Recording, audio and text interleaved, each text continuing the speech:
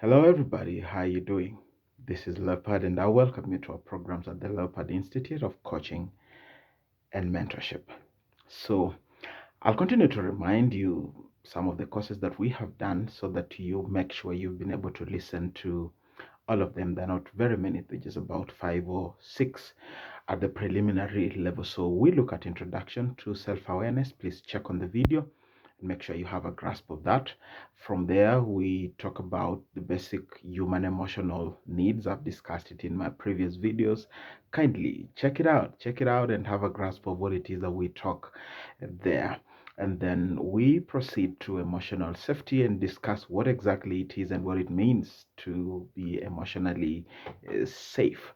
Now, after we have done that, the next course that we discuss is what we call personality development. So under personality development, I'll just touch here and there for you to understand why it's important for you to join our courses and our class to have a grasp of these things for your own good. Now, there are many studies in psychology which have been conducted and many theories that have been advanced by various authors.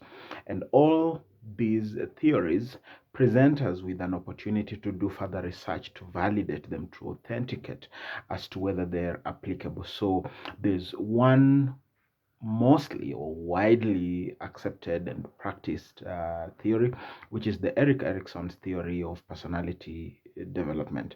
And there are a few things that come to the surface, so I'll just touch a little bit of them. And the argument here is that the human person is continuously and consistently going through a process of re-engineering of their personality since they were born all the way up to their old age. And at any one given time, there are certain skills and temperaments and characteristics and attributes that they acquire along the way, and they are a function of their environment and the people that are around them, their caregivers, maybe the parents, the mentors, the friendships they keep, the support system they keep, and whatever circumstances, whether the circumstances are good or bad, they always contribute to the engineering of something in the making of the person. So I'll just give you like what, 2, 3 examples for you to be able to understand. So, for example, this theory argues that a child who is born into an environment that is safe, whereby a child feels loved and not rejected, a child feels like they are taken care of in a consistent manner, they are fed in a consistent manner, their nappies and diapers are changed, they are given their water or the milk, the bathing, a little bit of massage. They tend to feel that they are in a safe place, and as they introduce themselves to the world, they get introduced to a world that is safe, that is pleasant, and so they keep an optimistic worldview of life. And between 1 year to 2 years, if a child has been in that safe environment, studies or statistics prove that down the line, many years down the line, they keep this positive attitude that even if they're beat down, they always come back, they always have resilience in them, and they believe that they have a place in this life. They believe that the world has always been good anyway. Despite something that may go wrong, they maintain that optimistic attitude. Whereas on the contrary, a child who is beaten, pinched at that age, is not fed, has to cry long hours before they are fed or change diapers or birth. The patterns are irregular, the sleeping is irregular, they're being tossed left, right, and center, being moved from one environment to another, like would happen under different circumstances of our lives, sometimes out of our control. That this child feels the world is not a safe place, and they most likely would be pessimistic in their worldview and in their perceptions. So let me not dig too much, but I'm just saying that is one of them. So there is what happens between 3 years to 5 years. There is what happens between 5 years to 6 to 9. There is what happens when a child now moves from 9 to 12. So for example, around this age, that is when children are able to rate themselves against others and know whether they can compete favorably in this world. They are able to determine their superiority, what they have as gifts and talents. They are able to bring their aptitude up to speed and determine that they are gifted this way or gifted the other way. And those who are not given an opportunity to compete, they are restricted and that kind of thing, develop a whole set of traits. So it continues in teenagehood. Issues of identity are resolved around 20 to 30. That is when people gain interest in the issues of intimacy, boyfriends, girlfriends, getting married and all that. 30 to 40, issues of generativity. That is when people develop their sense of responsibility to community and charity, giving back to community. Generativity, giving back to community through childbirth and mentoring, joining an alumni, supporting a youth group in your community, supporting a community project here and then, those kind of things. And it goes on and it goes on. Between 40 and 60, life begins at 40. You have a chance to rebuild yourself again. So guys who are nearing 40 need to pay attention and need to talk to me. And they need to enroll for our classes because you have a golden chance to start your life all over again. And even down in history, even in the Bible, there is always something about the year 40. It is our engineering year. You can start all over again on your own terms and determine your life going forward. 60 and above, these are fellows who are on two extremes. You are either feeling like you are accomplished, your family is in a good place, your children are in a good place, you are hopeful, your investments are sound, your retirement is good. And you're hopeful, you are in a place we call integrity. Your ego is secure. You feel that you can join the council of elders, Kwawahenga, and help them to throw the sayings that define life and give them theories and principles that define life, what works and what does not work. On the flip side of it is another package of people who probably for one reason or another, life was not kind to them and they look back with a lot of regrets. They wish they would change something, but it's now too late. They wish they would raise their children a certain way. It is too late. They wish they bonded more with their children. It's too late. They're out there and there is no relationship. Maybe your bank account is not looking good. Your investments are not looking good. Maybe your family is not looking good. Your relationship with the children are not looking good. And it becomes a moment of despair. So even this bracket of people, I invite you to talk to me. Yeah, you're my fathers. But I believe there's something we could talk about and help each other because knowledge is indeed power. We can help you go about that. We can help you find a footing. We can help you, tighten a few knots and put a few dots to the I's and cross a few T's here and there, and life will be much more bearable. Life will be much more fun. So these are the kind of things that we talk about, and I invite you to join us for these concrete discussions within our courses at the Leopard Institute of Coaching and Mentorship. Now, once we have done all this, we then go to have another discussion about emotional bankruptcy. Emotional bankruptcy, basically, without giving too much detail, is just to say that it is a situation whereby somebody feels that there is very little to draw in the account. So, bankruptcy in the business term, it simply means that you are unable to pay your bills, you are unable to honor your commitments, you are unable to draw money from your account to pay bills. So emotional bankruptcy means that finding yourself in a place whereby you have a vacuum in yourself. You don't know how to express yourself because there's nothing to express. You don't know how to express love because there's no love in there. You don't know how to express to offer peace to others because you are restless yourself. You don't have peace, so you cannot export it. You are feeling not fulfilled, and so you can't give hope to others. And most at times, this kind of an environment is as a result of a multiplicity of events and activities which happen in our personal lives that end up living feeling like life has been unfair to us, and all this turns out into hatred. We become control freaks. We do not have empathy towards towards others, we become greedy, laziness, we become abusive, we have abusive behaviors, we are self-centered and selfish, we are angry most of the time, and we are emotionally removed. So to be emotionally removed, an emotionally bankrupt person sometimes may be feeling certain emotions, but they will not be able to express those emotions to another person. So they feel like they love you, but they will never tell you, they will never express it to you that they love you. That is being emotionally bankrupt. So it's very difficult to deal with that kind of a person, because you'll never know what they're feeling about you. You'll never know what they're thinking about you. If they're angry with you, they'll find it difficult to even express themselves to you that they are angry. They may burst out in anger, which is a whole different ballgame altogether, and it's actually abusive in some sense. So they find it difficult to express themselves, find it difficult to kiss, find it difficult to hold hands, find it difficult to hug, find it difficult to embrace. They cannot be vulnerable to you. They cannot tell you when they are hurting.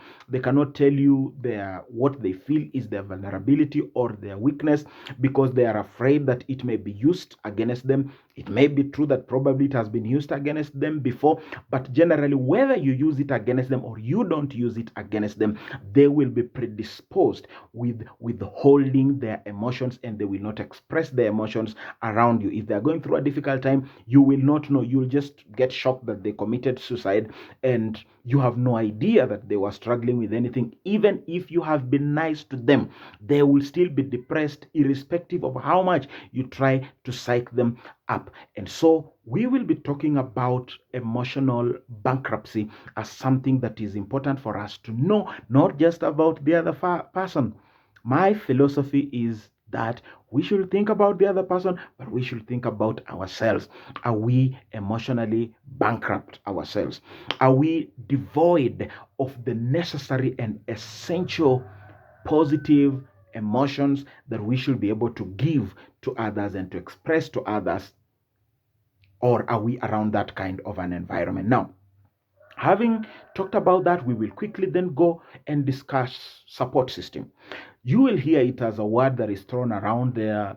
Support system are those people who are close to you, people you can be vulnerable to, people you can talk your issues and confide in, people who will pat your shoulder and tell you it is well, who will give you a shoulder to cry on and tell you it's going to be fine, who will be there when you need them and stand by you.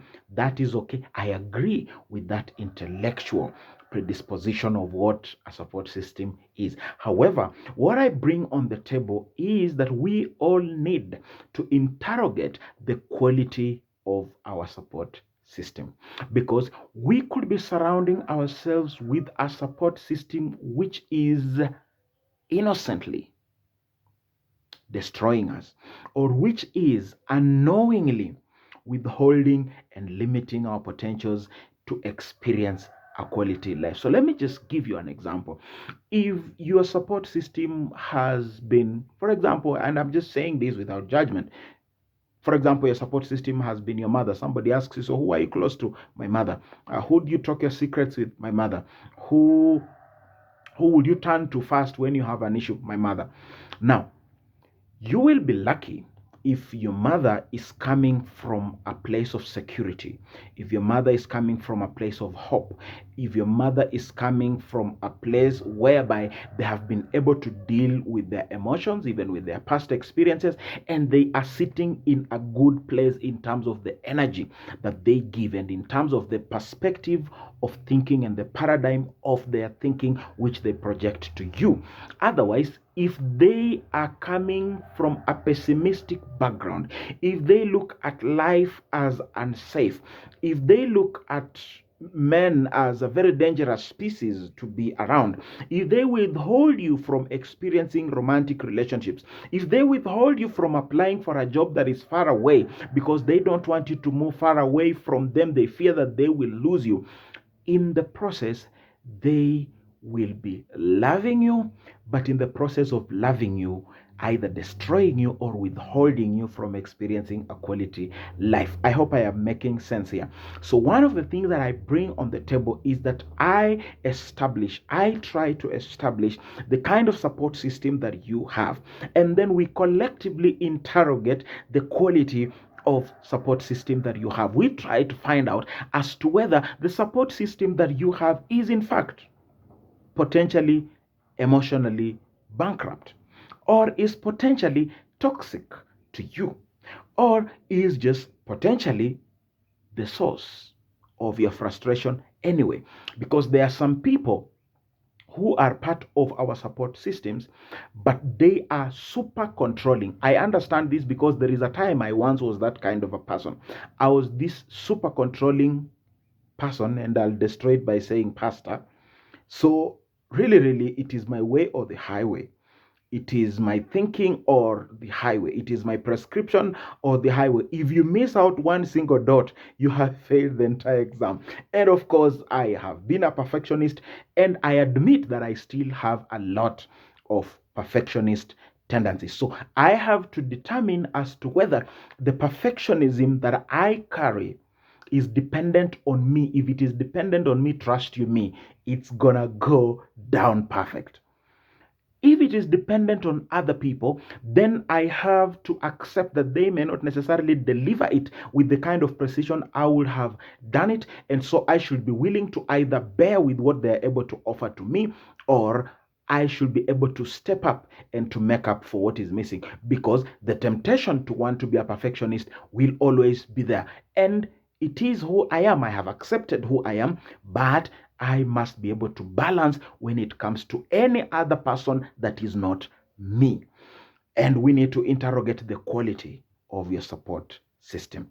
And then finally, as we close all this, the next thing that we're going to do is to do an emotional assessment test. So I have what I call the Leopard emotional assessment kit. And what we look at is that we basically just assess the state of health of our emotions at various blocks of our ages. So I have categorized life into 1 year to 2 years, 3 to 5, 6 to 9, 13 to 20, 21 to 30, 31 to 40, and then 41 to 60, 60 and above. And I am just asking you to comment what your state was in that particular bracket. Were you happy, optimistic, or sad and pessimistic? Were you safe and confident, or were you fearful, doubtful, and held back? Were you given freedom to express yourself and to be yourself, or were you restricted? Were you integrated in community and thriving within a thriving community, or were you isolated? Were you appreciated, affirmed, and loved, or were you rebuked and feeling guilty? Most of the time, were you given attention and validated, or were you ignored and dismissed? Did you have a support system? What was the quality of that support system? Were you fulfilled with life, with purpose? Did you feel you have a role in society? Were you fulfilled, or you had a confusion of your roles and you lacked purpose?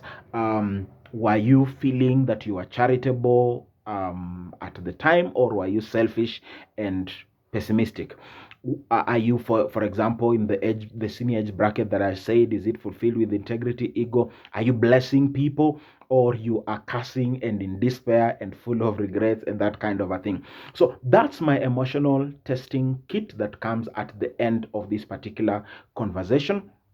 And once we have done that, we close with two other things which I will not discuss today. I will discuss in my next video. But basically, it is just two things. One, we discuss what we call Johari's window, which basically helps you to be more self-aware, and we analyze it literally, because then I send you back to your support system.